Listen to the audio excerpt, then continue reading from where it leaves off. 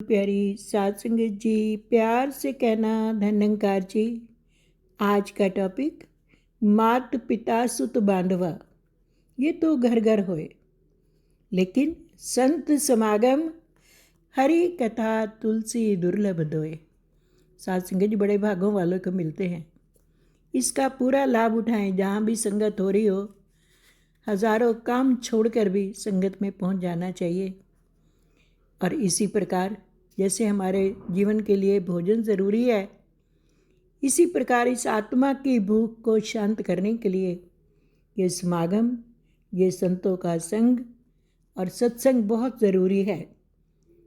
पर संत मिलने से जब जाते हैं तो अपना कहते हैं अभिमान, अपना गरूर, अपनी अकल, अपनी सियानप जूतों में छोड़कर जानी चाहिए कि मुझे कुछ नहीं आता, खाली होकर जाओ। और जब आते हो तो हीरे मोती, संत वचन के हीरे मोती और जवाहर पाएगा। सत्संग है वो ज्ञान सरोवर, इसमें जो नहाएगा, लेकिन इसमें नहाना पड़ेगा। नहाना कैसे है? जो संतों के वचन आते हैं उनको ज्यों का त्यों अपनाना है।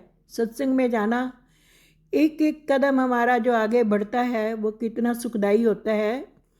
कहते हैं तात स्वर्ग अपवर्ग सुख, धलिए तुलाइक अंग, तूल ना ताही सकल मिली, जो सुख लव सत्संग।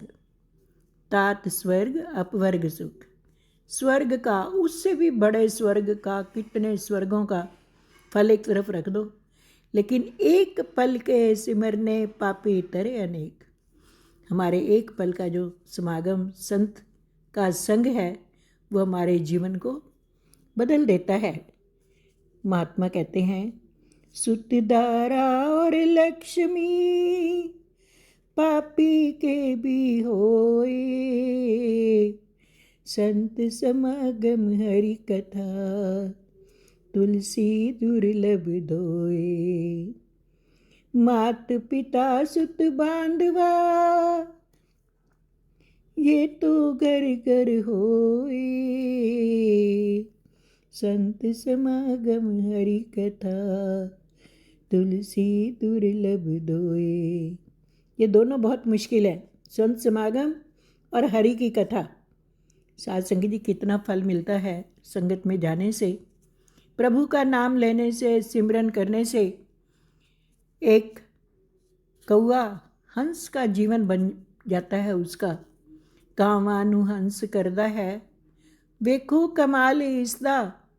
एक व्यक्ति सत्संग के लिए तैयार हुआ, लेकिन काल भी पीछे पड़ जाता है रोकने के लिए। जब हमने सत्संग जाना होता है तो रास्ते में बड़ी रुकावटें आती हैं, लेकिन जो उनको पार कर जाता है वही अच्छा सच्चा सत्संगी होता है। और कई हाथियों का बल लगाना पड़ता है सत्संग जाने के लिए। बहुत सारा मन भी मनमति पर चलता है। सबसे पहले तो मन ही बाधा होता है, ये रोकता है। लेकिन जब गुरु की कृपा होती है तो ये पहुंचा देते हैं। एक व्यक्ति घर से निकला नहा धोकर कपड़े बदल कर सत्संग के लिए, रास्ते में पीछे काल भी पड़ा हुआ है। उसको दे मारा धक्का, बारिश के दिन थे, कीचड़ में सन गया, कपड़े भी गंदे हो गए, गिर भी गया, लेकिन हिम्मत करके उठा। फिर वापस गया घर, नहा धोकर फिर तैयार हो गया कि सत्संग तो जाना है, चाहे थोड़ी देर के लिए मिल जाए। सत्संगत वो फिर निकल पड़ा तो काल ने फिर धक्का मारा, लेकिन वो फिर गिरा। वो फिर वापस चला गया घर नहाने के लिए। फिर नहाकर कपड़े बदल कर तैयार होके निकला तो अब वो अंधेरा पड़ चुका था। दिया लेकर जो काल था उसके आगे आगे चल रहा है। कहने लगा पहले तो आप मुझे धक्का मार रहे थे, आप मेरे आगे आगे चल रहे हो। कहने लगा जब पहली बार तेरे को धक्का मारा था तू वापस गया तो तेरे सारे परिवार के जितने भी दुखड़े थे सारे ख़त्म कर दिए परमात्मा ने। दूसरी बार धक्का मारा कि तू ना जा सके, तू मेरी रूह है, लेकिन तू फिर वापस गया, नहाया और फिर सत्संग में जाने के लिए तैयार हुआ तो तेरे आसपास के, तेरे रिश्तेदारों के, सबके जितने क्लेश थे सब खत्म हो गए। तीसरी बार मैंने सोचा कि अब ये अगर गया तो ये तो सारी दुनिया के ही क्लेश खत्म कर देगा, इसलिए मैं तेरे आगे दिया लेकर चल रहा हूँ कि तू चल सत्संग में। साथ संगत महर्षि कमल जी भी कहा करते थे, जब संगत में आते हो खाली झोलियाँ लेकर आया करो, अपनी अकल से अणप को जूतों में छोड़कर आया करो, अपने अभिमान को छोड़कर आइयो। कहते भी हैं, संत मिलन को जाइए, तज माया अभिमान, ज्यों ज्यों पग आगे तरे, कोटिन यज्ञ समान।